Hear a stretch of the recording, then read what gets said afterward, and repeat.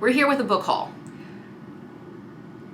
The goal of my unwrapping of my TBR is to get books off my physical TBR, but I went and bought books.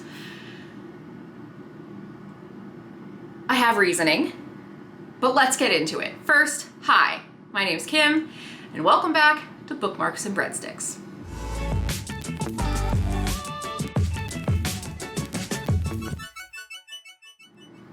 Hi, welcome back to Bookmarks and Breadsticks. I am here with a January book haul. It's not to say I'm not proud of these books, but the goal of unwrapping my TBR is to get physical books off my shelves that I haven't read yet, to get that list under 100 books. Because yes, in 2020, I have 100 extra books I haven't read yet, and here I am buying more. I don't want to say I don't care, but I did lose my dad at the beginning of January, and books bring me comfort. And this is not an excuse. Books bring me comfort. After my dad passed on a Saturday, by Tuesday, my husband, Dan, and I, my mom, we went to Barnes & Noble's because we needed to go somewhere that felt safe and quiet, where also double safe in the sense that people were very spread out. It's not like a Target or a Walmart. There were only 6 other people maybe in the whole bookstore.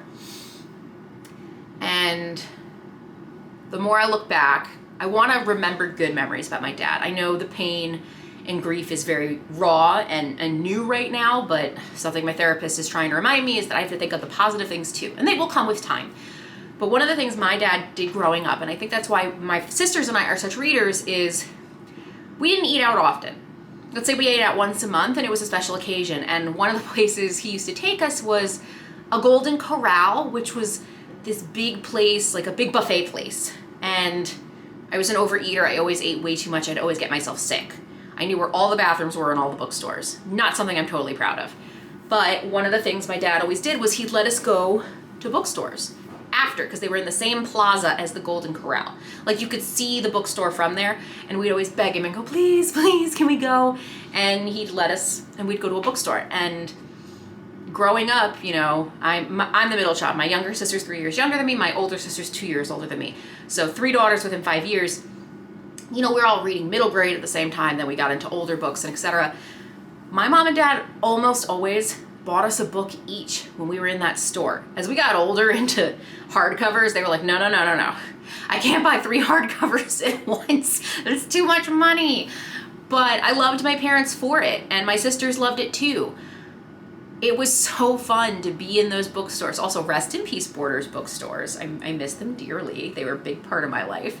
But it was always fun to come home with a book, and we would be quiet the rest of the night, you know? Like, we took them out to dinner. They're really wired and excited. They went to the buffet, and then they had ice cream, so much sugar. Give them books. And we were not big video game kids growing up. I don't think we got an N64 until the GameCube came out, so we were always behind. But anyway, the point is, leading up to Dad being in the hospital, I remember, you know, you're sitting at home because hospital visitation hours are over. I'm scrolling the internet buying books. Post Dad passing, and I'm still at home to help my mom with paperwork for the cremation and stuff. I'm buying books. We went to Barnes & Noble's. I get back from a volunteer shift, and sometimes rare books come through open books that I've been looking for and I want them cheap. I bought books. The end. I bought books, the end. End of video. Just kidding. In general, I found a new kind of solution for buying books for me right now. If I want a book emotionally, I'm gonna get it. And I think that's leaning more towards books that have Persian protagonists, fiction books with Persian protagonists, because I think I'm clinging to something that I really need in my soul, and that, it's permissible. It's okay. I'm telling myself it's okay. If books are gonna be part of my grieving process, that's fine. But other books like these, what I'm trying to do now is that instead of buying a book, it's buying a gift card to one of these small bookstores or like Open Books, the nonprofit, because then I am helping a small business.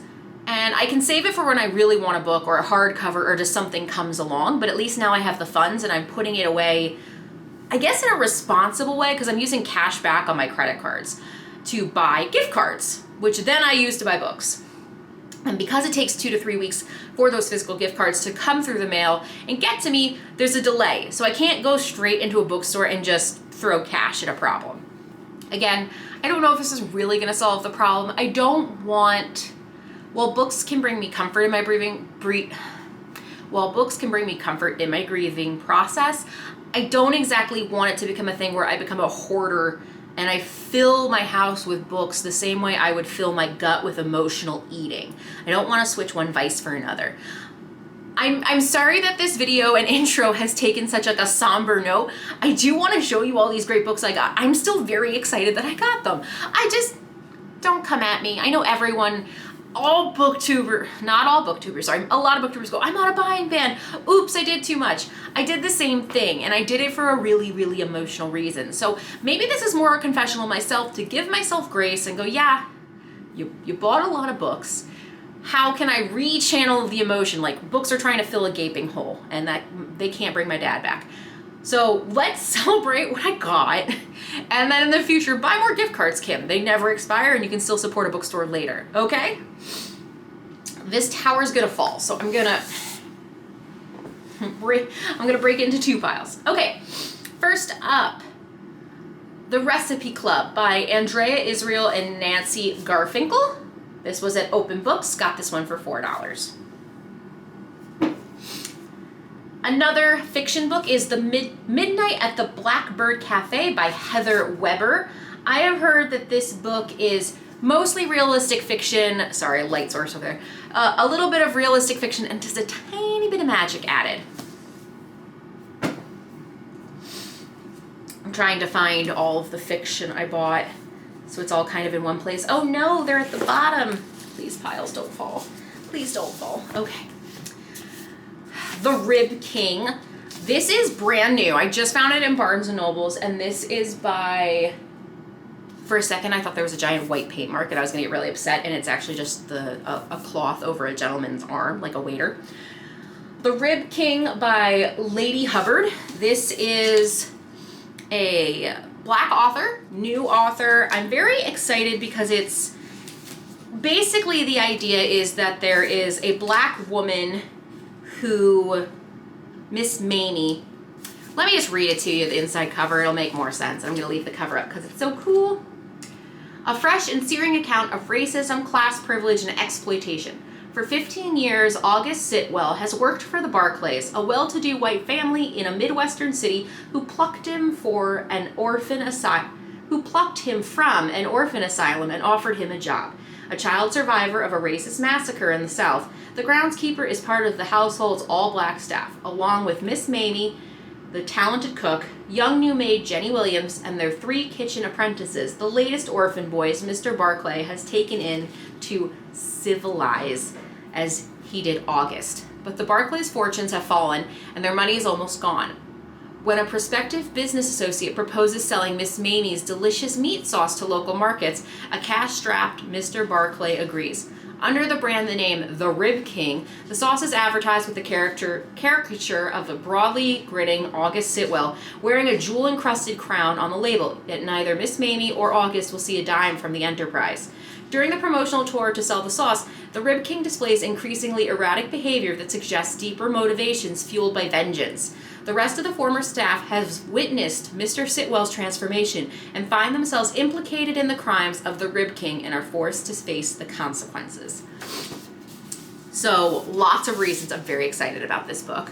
1, diverse reading, Black author. 2, fiction. 3rd, fiction that's about food. And 4th, I'm excited because while The Rib King, this book itself, is a work of fiction, the idea of whites stealing culinary ideas from the Blacks is something that's very ripe in American history. It's a horrific truth, and I'm very excited for an audience to learn about it, not from like a food writing not that I don't want you to read from a food writing perspective, but for example, read this book, and if you like this book, you might like the works by Dr. Jessica Harris, where she writes books like High on the Hog and will map out the culinary journey from Africa to America. So these are great books where it's like, if you like this, I can recommend something for you in nonfiction to help you learn more about the impact of African Americans in American cuisine. But anyway, The Rib King, super excited.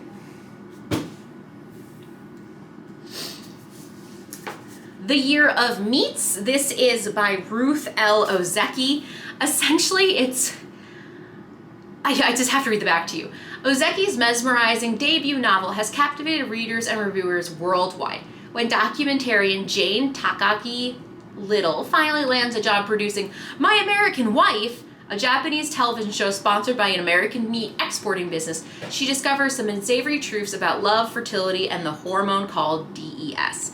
So what I love about this is it's based on a reality. It's like The Bachelor. I'm just gonna connect it to The Bachelor or Wife Swap, but it's gonna bring in things about the meat packing world, the things that I am passionate about in a real world, like in an advocacy way. And this is another example of, if you like this book and you think it's fiction, maybe I can recommend nonfiction to you. So I need to read it first to see if it's any good, but I think it's gonna be great. Fifth work of fiction, Tweet Cute by Emma Lord. This has been all over BookTube. I don't really think I have to say too much about it, but two different people tweeting back and forth. They're the kids of different restaurants. They have rival grilled cheese rival grilled cheese restaurants, Pepper and Jack on separate sides, and all's fair in love and cheese. That is, until Pepper and Jack's spat turns into a viral Twitter war. Little do they know, while they're publicly duking it out with snarky memes and retweet battles, they're also falling for each other in real life. And it's about one side stealing the other's secret family recipe grilled cheese. Fluffy, I'm sure, but I really I've heard a lot of people read it and like it, and I love grilled cheese, and it's one of those moments where I need a break from nonfiction. I'm gonna pick up something like this. Okay, 5 fiction books. Really quick, I'm gonna shout out the books I got for upcoming buddy reads. American Cuisine and How It Got This Way by Paul Friedman. I am reading this with Rosie. And if you haven't yet, check out my video on my upcoming buddy reads. If you want to be a part of it, just drop me a note in the comments below. In April, I'll be reading Black, White, and the Gray, the story of an unexpected friendship in a beloved restaurant by Mashama Bailey and John O. Morisano. This one I'm reading with the Curly Reader in April, or as early as April. We haven't locked a month, but the earliest we'll do it is April.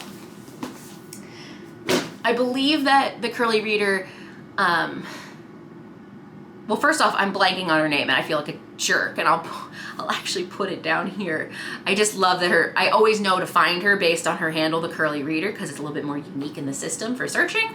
And I believe she's doing a historical readathon this month, so I'll link her below if you're into historical fiction.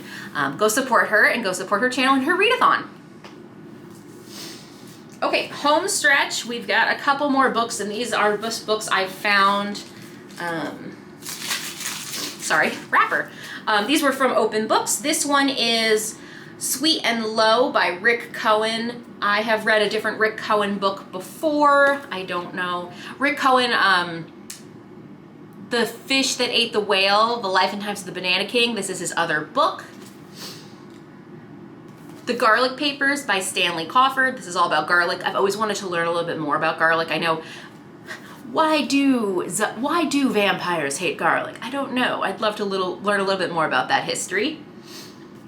Spice, A History of Temptation by Jack Turner. After reading both Salt and Pepper, I really wanted to learn more about this space. Similar to Spice, I also have Dangerous Tastes, The History of Spices by Andrew Dalby. Yes, Dalby, apologies. So Spice, maybe a book duo between these two coming your way soon. 3 more. The Meat Racket, The Secret Takeover of America's Food Business. So this is gonna be all about the meat processing industry. Oh, my camera's getting too hot. Let's try and pull through. Feasting Wild, In Search of the Last Untamed Food, and Cooking Dirty, a memoir by Josh Sheehan, the story of life, sex, love, and death in the kitchen. Those are all the books I hauled in the month of January. If you haven't already, please don't forget to hit like and subscribe below. Sorry to make this closing real quick, but my camera's gonna overheat any second now. I hope you're well. Please wear a mask. And if you're interested, I do have lemon and Persian themed boxes from Read It and Eat available. Link below at booksandbread.com. The Persian box is a tribute to my father, and I hope you will support. I hope you're well. Oh, there it goes. It's gonna die. Gotta go. Bye.